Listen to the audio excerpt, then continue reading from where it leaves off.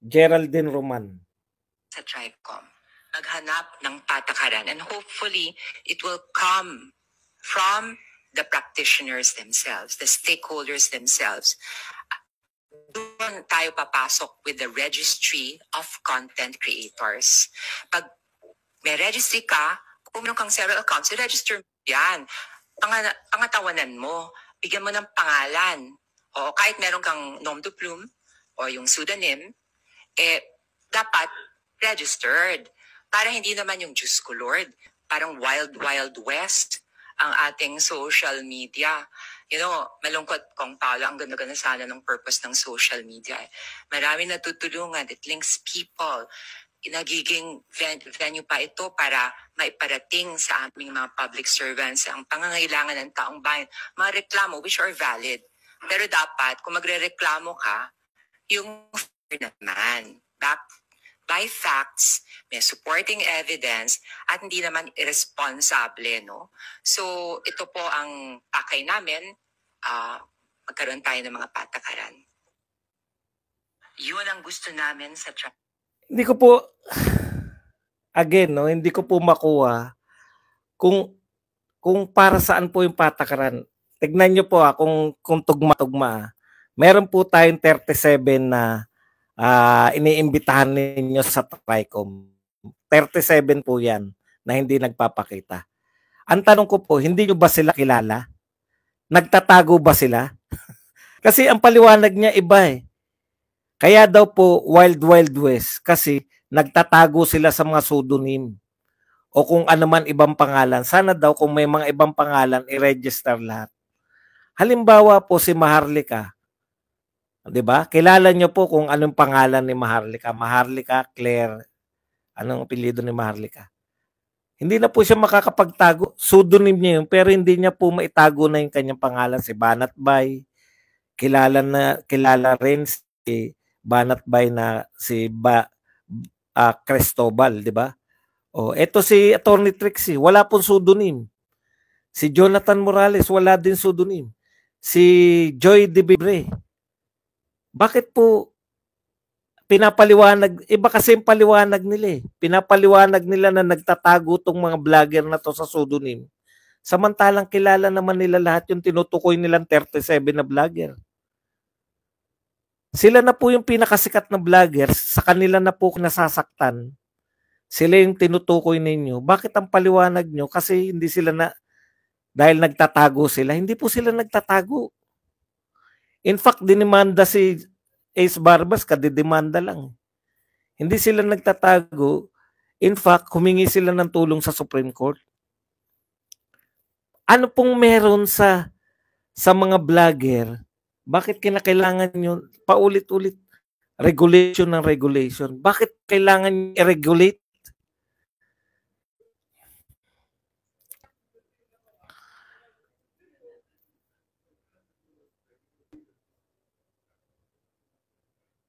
Bakit kinakailangan yung i-regulate yung mga vlogger in the first place? Inaano ba kayo? Ngayon, may batas na po tayo kung sa tingin po ninyo yung mga vlogger ay nagpapahayag po ng mali, fake news. O di ba pwede nyo na, ilan na po ba sinampahan na vlogger? Mabuti pa po si General Torre. Nagsasampa ng reklamo. Di po ba? Bakit hindi nyo sampahan kung talagang may sinasabi silang fake news? Baka bukang bibig nyo na lang yung fake news na yan eh. Sampahan nyo po ng reklamo kasi meron na tayong cyber libel, no? Kung sa tingin nyo fake news yung sinabi at ginawa, hindi po sila nagpapa-exempt. Yung mga vlogger po ba nananawagan na exemption dito po sa mga cyber libel? Hindi po sila nagpapa-exempted sa inyo. Sampahan nyo po na kaso, baka wala namang sinabi sa, lalo ka na Geraldine Roman. Congressman Geraldine Roman. Wala po akong hindi ka po sikat sa mga vlogger, sa totoo lang po. Hindi ka po binabanatan ng mga vlogger. Baka ngayon ka palang binabanatan dahil sa di malamang sa di malamang hindi talaga ko malaman, bigla ka nananawagan na regulasyon para sa mga vlogger. Yung mga vlogger po ba, hindi po sila citizen ng Pilipinas? Wala po bang batas na bawal mag-fake news? Meron naman eh. Sangkatutak nga eh. 'Di ba? Ang pagpe-fake news ay libelous. Kaya lang, magsampa kayo ng reklamo kung naapektuhan kayo. Para maipagtanggol ng mga vlogger, hindi yun nilalahat ninyo yung mga vlogger ay fake news. Bakit nyo po i-regulate yung mga vlogger? Para saan? Ano po yung ibig sabihin na regulation? Bawal na bumanat yung vlogger? Tama ka naman eh. Tama ka sana eh. Di ba sinasabi mo, yung mga vlogger nakakapag-expose ng mga mali. Kung mali po yung sinasabi, sinusulat, o sinasabi ng mga vlogger, di po ba meron na tayong batas? Bakit hindi po nyo sampahan yung mga vlogger katulad ng ginagawa ng iba? Di ba? Oh, mas maganda po yung paliwanag ni Baste, no? Sa totoo lang po. Kasi totoo eh. Kung ayaw nyong nababatikos, wag po kayong pumasok sa politika. Dahil hindi pa po tayo pare-parehong tao nagbabanatan. Alam niyo po ba nagbabanatan na sa politika? May intriga na sa politika? Panahon pa ng unang eleksyon ng pagkapangulo. Panahon pa po ni Emilio Aguinaldo at Andres Bonifacio. May siraan na po sa politika. Masyado naman kayo. Alam niyo po yung pinasok niyo eh. In the first place. Di ba? Ang pinasok po ninyo ay politika. Wala po ba kayong idea na nagbabanatan po sa politika? Bago lang po itong mga vlogger na to, hindi po sila politiko, hindi rin po sila media. Di ba? Pero noon, yung media, nagampan na po ng media. Kaya nga namamatay yung mga media noon eh. Dahil sa kaatake.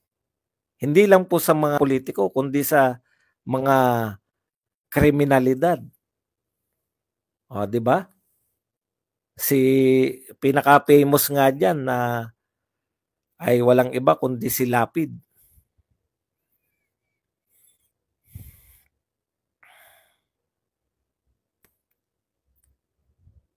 Ikalawa, yan po bang regulation ninyo sa media? Diyan kita narinig. Sa totoo lang, Miss Geraldine, maliban dun sa sinusulong mo yung sogi-sogi. Eto lang pangalawang pagkakataon na narinig kita. Nagkaroon ka ng kasikatan. Inaatake mo yung mga vlogger. Yung bubang pag-atake nyo sa vlogger, lulutasin po niyan yung mga problema natin. Problema natin na walang nag-invest sa Pilipinas. Wag nyong gawin literal. Problema natin na yung investors, kahit ikot ng ikot yung Pangulo, wala pong malalaking investor na nag-invest. Problema natin ng taas ng bilihin. Problema natin ng lalo na ng bigas. Malulutas ba yan yung paninitan nyo sa mga vlogger? Hindi nyo lang kasing hayaan yung mga vlogger eh. Kung nasosobrahan kayo sa kaatake ng mga vlogger, hindi kayo bagay sa politika. Pakinggan lang po natin si Baste. Asan na yung kay Baste?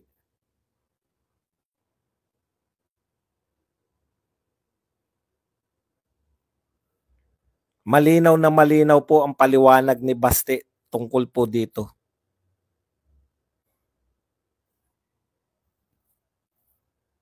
Duterte talaga to si Baste.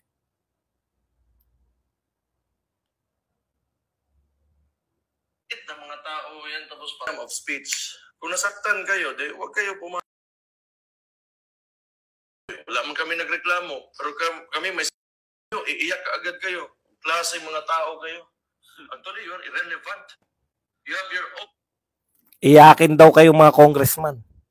Di ba? Wala po kayong karapatan sa politika kung mga iyaki po. Ayon kay Basti. Irrelevant po kayo. District to attend to. Yung mga allegations nyo sa mga tao na ito, it should end there. Huwag nyo na ipatawag doon sa Congress. Kasi may allegation naman kaya kayo. And then let the people decide kung may makikinig sa inyo. So ginagawa nyo kasi, pinakita nyo lang na nakikinig talaga yung mga tao sa kanila because they're saying something of significance. Kaya kayo, maghanap kayo ng paraan para pakinggan kayo ng tao. Hindi talaga yung pakinggan kasi there are, recorded footage of you doon sa... Okay. 'Di ba? Kaya galit na galit kayo sa mga vlogger kasi mga vlogger na yung pinakikinggan ng tao. Ang dami niya sinabi. Unang punto ni Basti, politika yung pinasok mo. Kung ayaw nyong mababatikos kayo, huwag kayong pumasok sa politika. Ikalawa, ang dami niyo sinabi laban sa mga Duterte.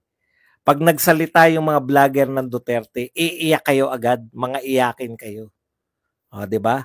Ikatlo, ayan nga, yung nasasaktan kayo kasi pinakikinggan yung mga vlogger ng mga tao.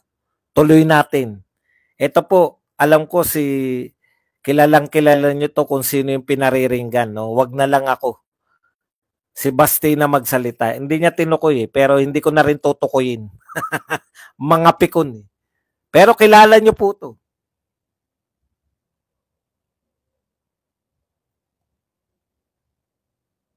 Ayaw mo. Panahon ni PRD, iba yung statement mo. Ngayon, anti-drugs, anti-Duterte, pro-Duterte. Ngayon, wala ka kasing clear position. That's why people will not believe you. Wala, mga kiss-ass politicians kasi kayo. That's why.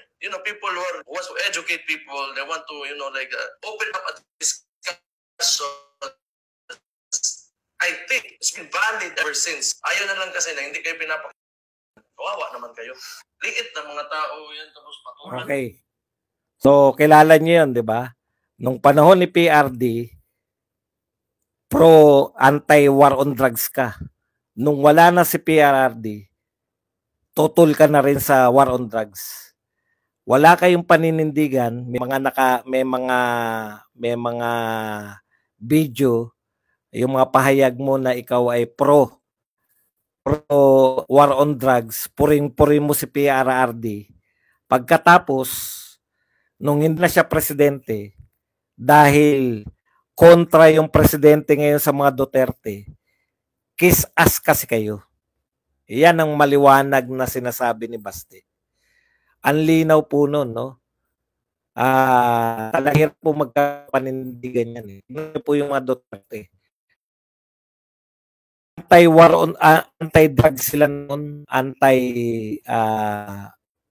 anti-insurgency sila noon hanggang ngayon. Ganun pa rin. No? Hindi po sila nagbabago. Kaya yung mga taong vacillating, saan lang sila mas nakikinabang? Wala akong sinabi kung sino yan.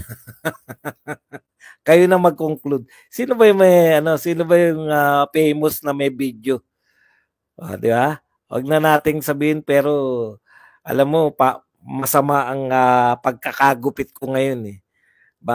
Yung barbero ko medyo mapapagalitan natin. Kaya galit na galit kayo sa mga vlogger kasi sila may paninindigan.